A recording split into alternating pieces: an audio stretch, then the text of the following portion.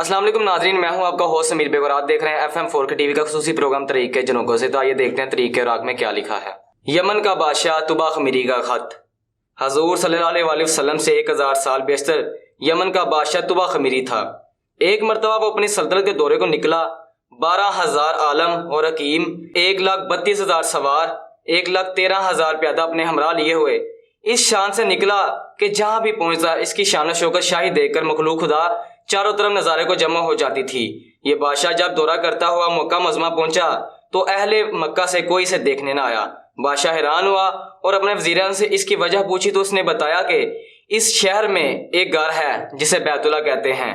इसकी और इसके खादमों को जो यहाँ के बशिंदे हैं तमाम लोग बेहद ताज़म करते हैं और जितना आपका लश्कर है इससे कहीं ज़्यादा दूर और नज़दीक के लोग इस घर की ज़ियारत करने को आते हैं और यहाँ के बशिंदों की खिदमत करके चले जाते हैं।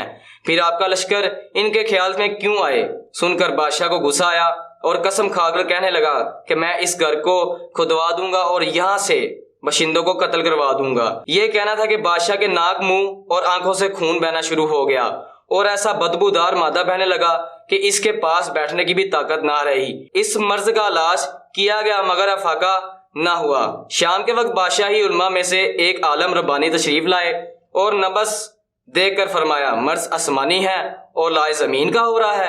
ए बादशाह, आपने तो अगर कोई बड़ी नीयत की है तो फौरन इससे तौबा करें। और बादशाह ने दिल ही दिल में बैतुल्ला शरीफ और खादम कुबा के मुतल्लिक अपने इरादे से तौबा की। तौबा करते ही इसका वो खून और मादा बहना बंद हो गया और फिर सेहत की खुशी में इसने बैतुल्ला शरीफ को रेशमी गुलाब चढ़ाया और शहर के हर बशिंदे को 7-7 अशरफियां और 7-7 रेशमी जोड़े नजर किए।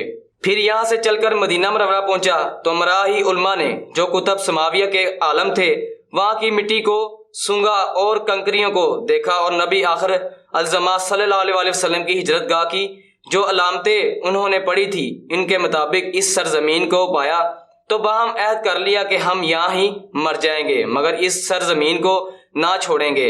अगर हमारी किस्मत ने यारवीं की तो कभी ना कभी जब नबी आखिर अलजमा सल्लल्लाहु अलैहि वसल्लम तशरीफ लाएंगे हमें भी ज़ियारत का शर्फ हासिल हो जाएगा, वरना हमारी कब्रों पर तो ज़रूर कभी ना कभी इनकी जूतियों के मुकद्दस खाक उड़कर पड़ जाएंगे जो हमारी नजात के लिए काफ़ी हैं।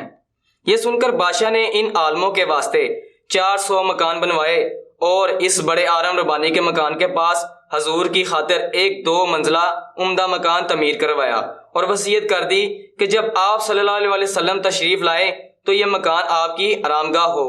और इन 400 उलमा की काफ़ी माली इमदाद भी की और कहा कि तुम हमेशा यही रहो। और फिर इस बड़े आलम रबानी को एक खत लिख दिया और कहा कि मेरा ये खत इस नबी आखिरुल अलज़मा सल्लल्लाहु अलैहि वसल्लम की खिदमत अक़दस में पेश कर देना और अगर ज़िंदगी भर तुम्हें हजूर की ज़ियारत का मौका ना मिले तो अपनी औलाद को वसीयत कर देना कि नस्लन बनस्लन मेरा ये खत महफूज रहे हत्ता के सरकार दो आलम सल्लल्लाहु अलैहि वसल्लम की खिदमत में पेश किया जाए। यह कहकर बादशाह वहाँ से चल दिया। वो खत नबी करीम सल्लल्लाहु अलैहि वसल्लम की खिदमत अक़दस में 1000 साल बाद पेश हुआ। कैसे हुआ और खत में क्या लिखा था सुनिए और अजमत हजूर सल्लल्लाहु अलैहि वसल्लम की शान देखिए। कम तरीन मखलूक तुबा अव्वल खमीरी की तरफ से शफी अल मज़नीन सैयद मुरसलीन मोहम्मद सल्लल्लाहु अलैहि वसल्लम अम्मा बाद, ए अल्लाह के हबीब, मैं आप पर ईमान लाता हूँ और जो किताब आप पर नाजल होगी उस पर भी ईमान लाता हूँ और मैं आपके दीन पर हूँ।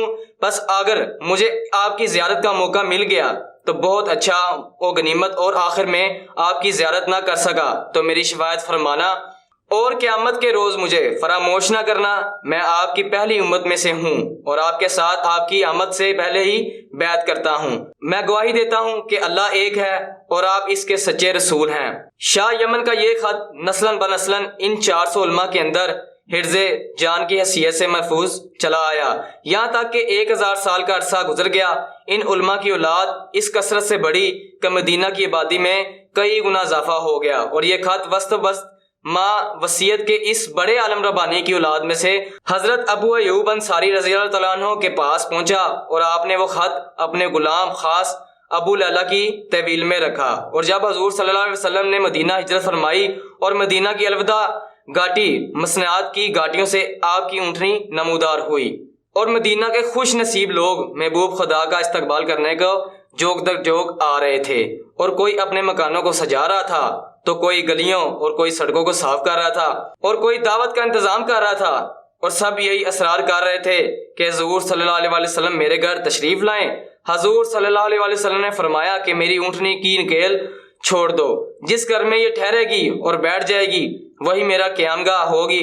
چنانچہ کے 2 منزلہ مکان شاہ یمن طبا خمیری نے حضور کی خاطر بنوایا تھا۔ وہ اس وقت حضرت ابو ایوب انصاری رضی اللہ عنہ کی طویل میں تھا۔ اسی میں حضور صلی اللہ علیہ وسلم کی اونٹنی جا کر ٹھہر گئی۔ لوگوں نے ابو لعلیٰ کو بھیجا کہ جاؤ حضور کو شاہ یمن طبا خمیری کا خط دے آؤ۔ جب ابو لعلیٰ حاضر ہوا تو حضور نے اسے دیکھتے ہی فرمایا تو ابو لعلیٰ ہے؟ یہ سن کر ابو لعلیٰ حیران ہو گیا۔